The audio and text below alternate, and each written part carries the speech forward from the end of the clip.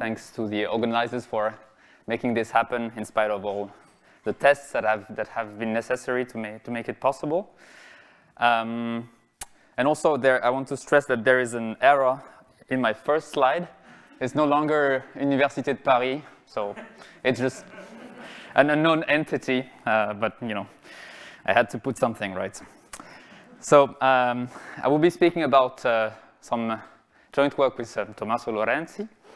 And this is about asymptotic analysis for some selection-mutation models. So definitely this has to do with the word growth, more than probably tissue here, but we'll see along the way.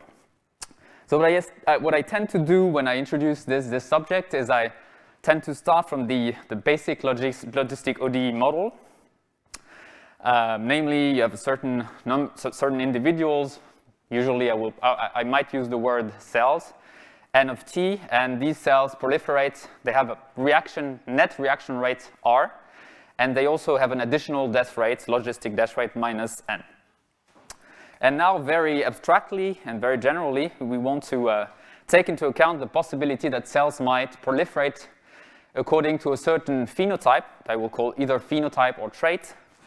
X will be continuous. So you can think of, if we're speaking about cells, it could be, for instance, the concentration of a given protein in the cells, or the size of the cells. And now the function, now the parameter R becomes a function, which is called usually the fitness function, and depends on X.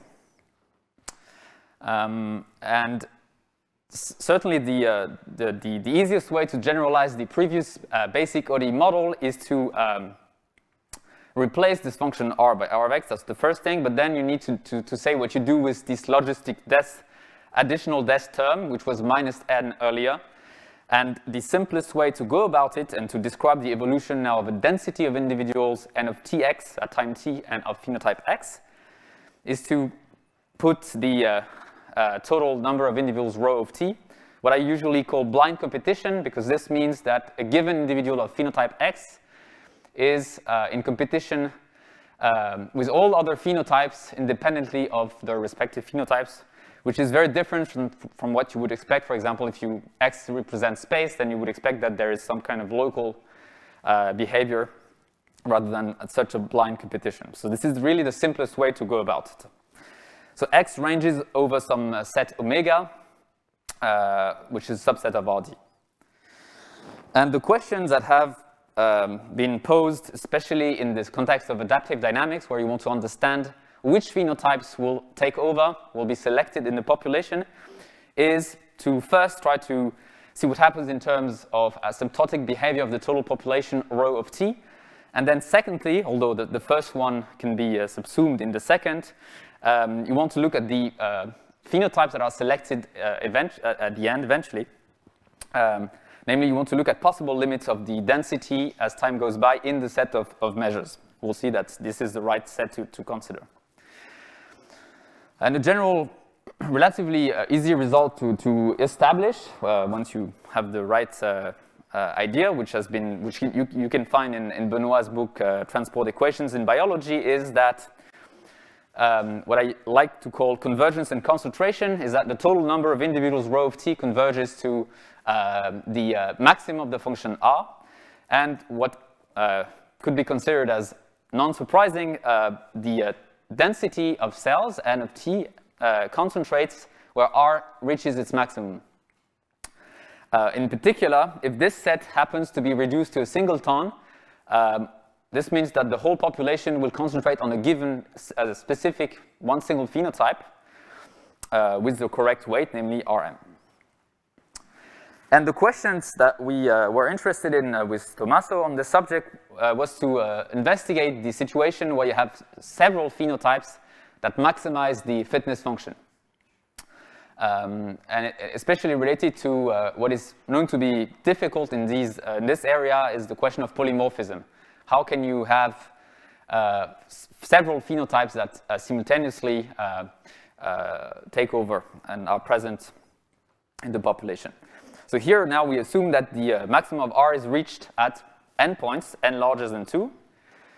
And also kind of related to the first question is that of the speed of convergence of different quantities to the respective limit. And the best estimate we were aware of at the time is the following, which was established by Pierre-Emmanuel Jabin and Gaël Raoul. I think it's the first time I talked about this in front of Pierre-Emmanuel Jabin. I've been saying Jabin and Raoul a lot of time, but never in front of you. So the result is the following, is that you know that the rho converges to its limit, so maybe you could forget about the second term for now, this term. But the first term tells you that rho converges to its limit at least as fast as log of t over t, which is quite slow. So you could expect maybe you've lost something in the process and it's exponential. What Jabin and Raoul have proved is that in fact it cannot be faster than 1 over t to the power alpha for any alpha larger than 1.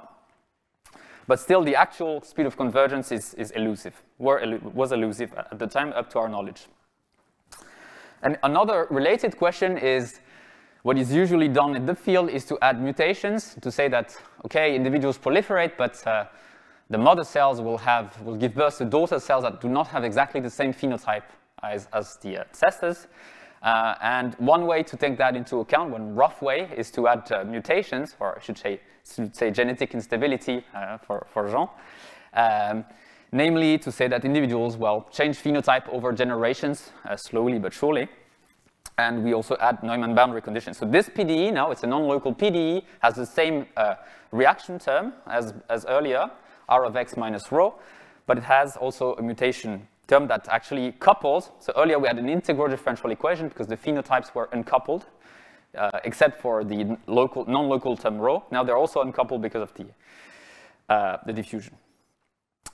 And the question is now, you can look at the, let's stay here. You can look at the asymptotic behavior of the PDE. And then, once you've established, you can look at the stationary states that you've reached.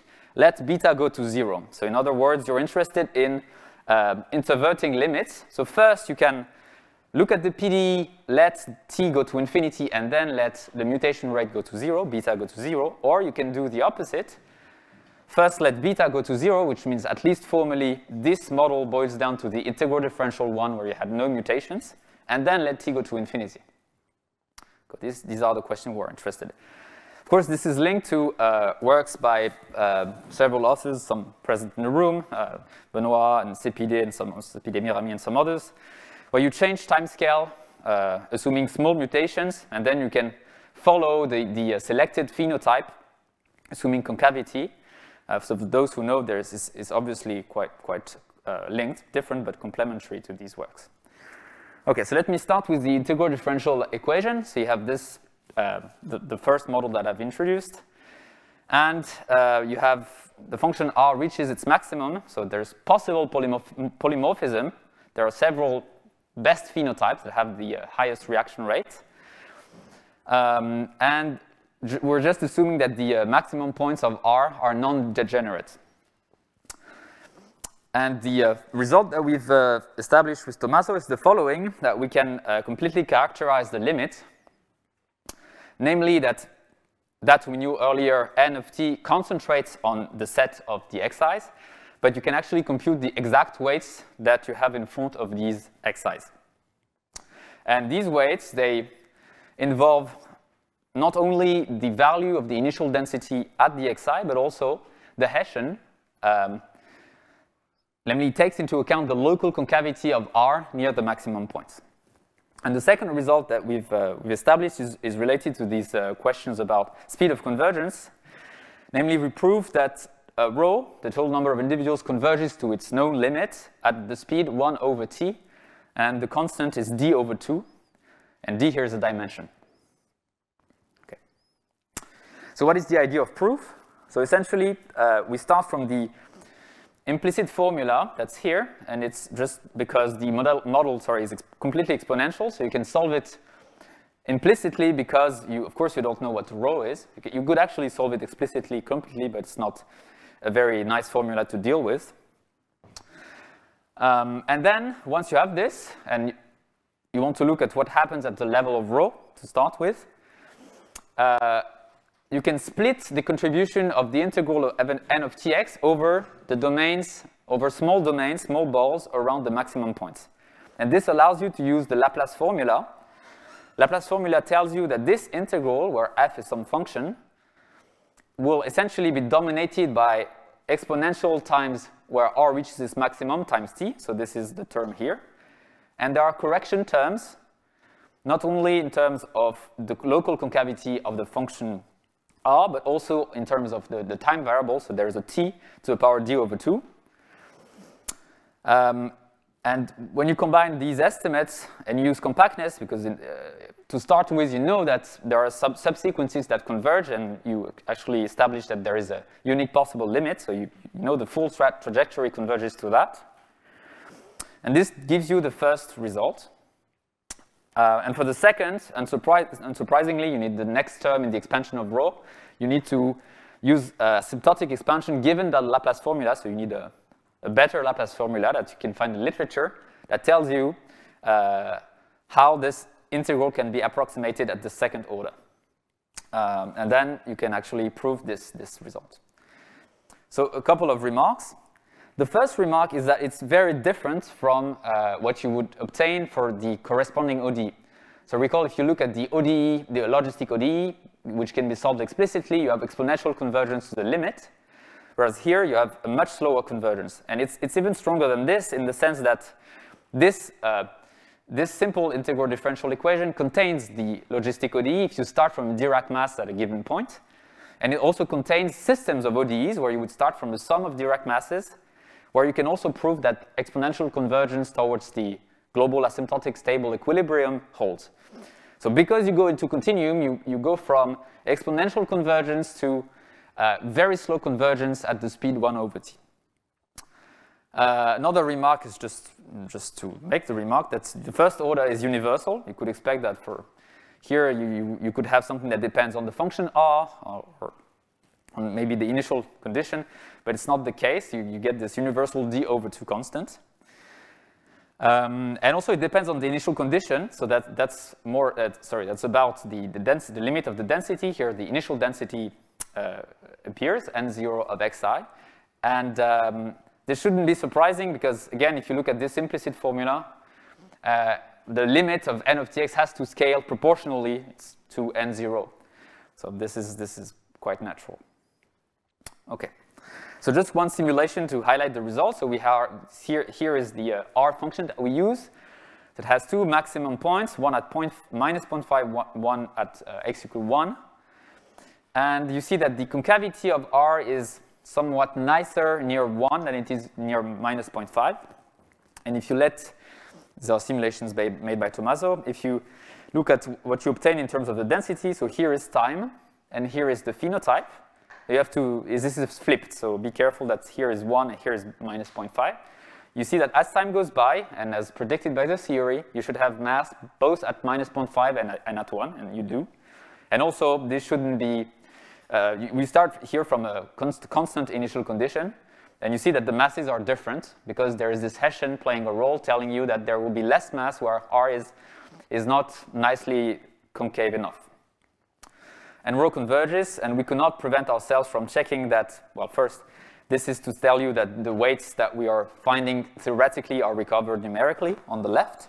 And on the right, we could not prevent ourselves from checking this d over 2. So when d equals 1, d over 2 equals 1 over 2. And indeed, you find that the limit of rho minus rho times t converges to 1/2. So this is all works fine. Now let me move to the case of the PDE. So now we add mutations, and we are in the world of non-local PDEs.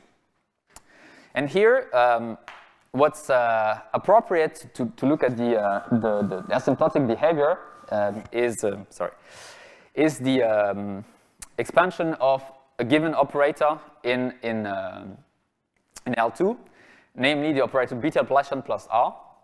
And I will denote its principal eigenpair, so principal eigenvalue lambda beta and principal eigenfunction psi beta. And this is, I normalize psi in L1 because this is, we are going to integrate densities, so this is a good way to normalize. So here, partially, this is based on a technique that has been used. For example, you can find this technique used in the work by Hélène Lemans, Sylvie Mellard, and Sepideh Miraimi. And we use the technique, we go a bit further with the technique to get speeds of convergence. So the result is as follows. If the first eigenvalue is non-negative, then the total number of individuals goes to 0, actually exponentially. And if it's negative, then it also converges exponentially, but this time to minus the principal eigenvalue. And the density converges to a multiple. Here is a multiple of the first eigenfunction. So the idea of proof, again, the idea of proof is not new. The first thing to do is, essentially, the PD here is almost linear. Only this embarrassing quadratic minus rho beta, but it's just something you can get rid of by an exponential change of variables. So if you change variables by not looking at n, but by looking at another density that's given by w times n, and w solves a properly defined ODE, then you get an equation for the new density that's completely linear and has 0 eigenvalue as the first eigenvalue. So then you know that you can just expand it on the basis that U converges to a multiple of the first eigenfunction, and then you can go back to the initial density that you were interested in and get the result. And then you need to go to the next order in the estimate to get the speeds of convergence. And in fact, you can prove that the convergence is exponential, and the rate of convergence is governed either by the first eigenvalue or by the spectral gap of the operator. Okay. And now let me move on to the last question, which was, can we, how do the limits compare in terms of the PDE and the integrodifferential case? So for the integrodifferential case, we know that rho converges, that the density concentrates on the support on the maximum set of R. And in the PDE case, we know that rho converges also if the principal eigenvalue is negative and the density converges. So now the question that I asked earlier is, what happens when beta goes to 0? And when things commute means, if you just look at a few first results, it seems like things do commute completely, you get the same thing. And then when beta goes to 0, the convergence, there is convergence of minus lambda beta, so the limit of rho beta to the maximum of R, which is what you would expect if things are supposed to commute. And also, the first eigenfunction of the operator also concentrates on where R reaches its maximum. So this is all in perfect agreement with the integrodifferential case. So in particular, again, if you're in the specific case where R has a single maximum point, then the limits completely commute. The density of the integrodifferential equation converges to a Dirac mass at this point with the correct weight, and so does the limit of the PDE when beta goes to 0. Just one remark is that you can also get this result that the limit commutes if you have sufficient symmetries, namely in both the fitness function R and the domain. Okay. And the proof of this is to use the variational characterization of the first eigenvalue and to test it against suitable Gaussian function that will converge to Dirac masses near maximum points with the correct variance here. So if you test that with some exponentials, you really get a fine estimate of lambda beta. And once you know convergence, once you know that the principal eigenvalue would converge to minus Rm, then concentration follows from using this basic identity, which is just consists in integrating the PDE, the elliptic equation satisfied by psi beta, and then passing to the limits. Okay. And now, this is where things are a bit more surprising, and this is given for free in some sense by semi-classical results, semi-classical analytic results. Now what happens if R has several maximum points? We know that in the integrodifferential equation, somehow the limit remembers the initial condition. It does depend on the initial condition. But we know in the PD case, there is no way that such things happen because the limit is completely independent of the initial condition. And this is reflected in this result that tells you that the principal eigenfunction, whenever there are several maximum points, will concentrate on a very specific subset of the maximum points. So here is a bit of a complicated measure of concavity of the function r at a given maximum point. The formula itself is not interesting, but it tells you that there is one way to measure the concavity of r that will tell you where the principal eigenfunction will concentrate. It concentrates on r max of r, the maximum points of r, and inside this set, it will concentrate on a very limited subset. In particular, if this subset is reduced to a singleton, then the first eigenfunction will converge to a Dirac mass. And again, this is actually a direct application of semi-classical analysis result, where you have to, in semi-classical analysis, you have a double well, typically, so you have a function like this. And you want to look at, if you have small noise, you want to know where the particle will land. And semi-classical analysis tells you that if you have something that's a lot smoother here, then the particle will eventually end up here in the limit of small noise. And in the case of adaptive dynamics, with our fitness function, you have to look at things this way. And this is the fitness function is like that. And it's also possible to narrow down further the concentration set, but the notations are cumbersome. So if it happens that the set argument of psi has several points, then you can go further in this business. There are also some results that you can find in some works by Sepidemi Raimi, where using approaches of Hamilton-Jacobi flavor, you get also expansion for first eigenfunction, especially actually first eigenvalues, and it's a perspective to recover these kind of results using these techniques. And I'll just end with a few simulations. So this is the simulation you saw earlier with this function r, and in the integrodifferential case, everything at the limit you had mass both at 1 and minus 0.5 here and here. And now if you do the same thing with the PDE, but with a very small mutation rate, so here beta is 10 to the minus 6, then you should converge to a multiple of the first eigenfunction, and you know that this first eigenfunction is localized only where r has the smoothest concavity, so namely at the point 1. And this is what you see here. And there is a transient behavior, which could be analyzed by different techniques, where you first have kind of mass both at both points, but then in the end, all the mass goes to the point x equal 1. So this is also in perfect agreement with the theory. And I'll stop here. These are some references linked to my talk. Thank you. It's actually you just touched on that, right? When you talked about this transient behavior, is there any way to characterize the time scale of this?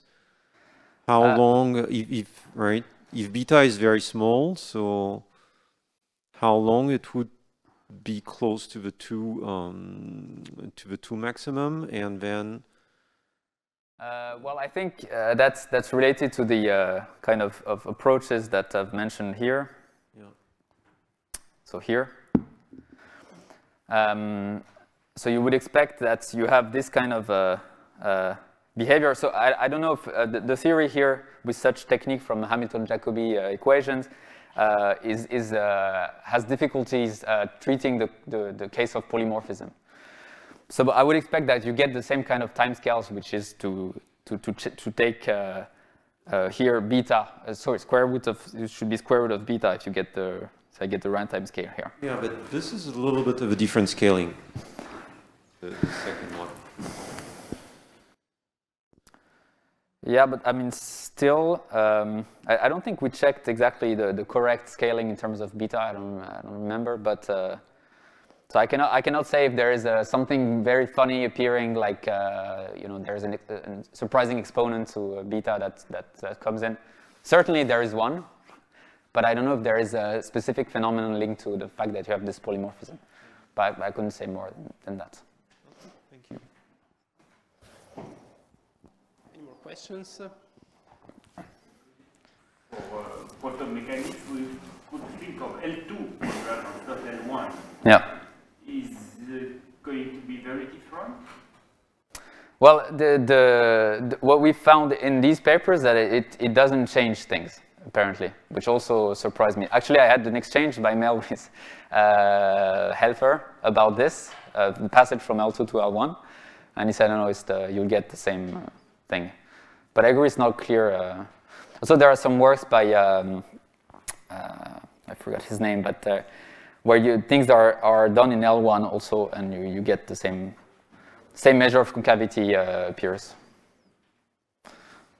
Yeah. Okay, I think we can stop here.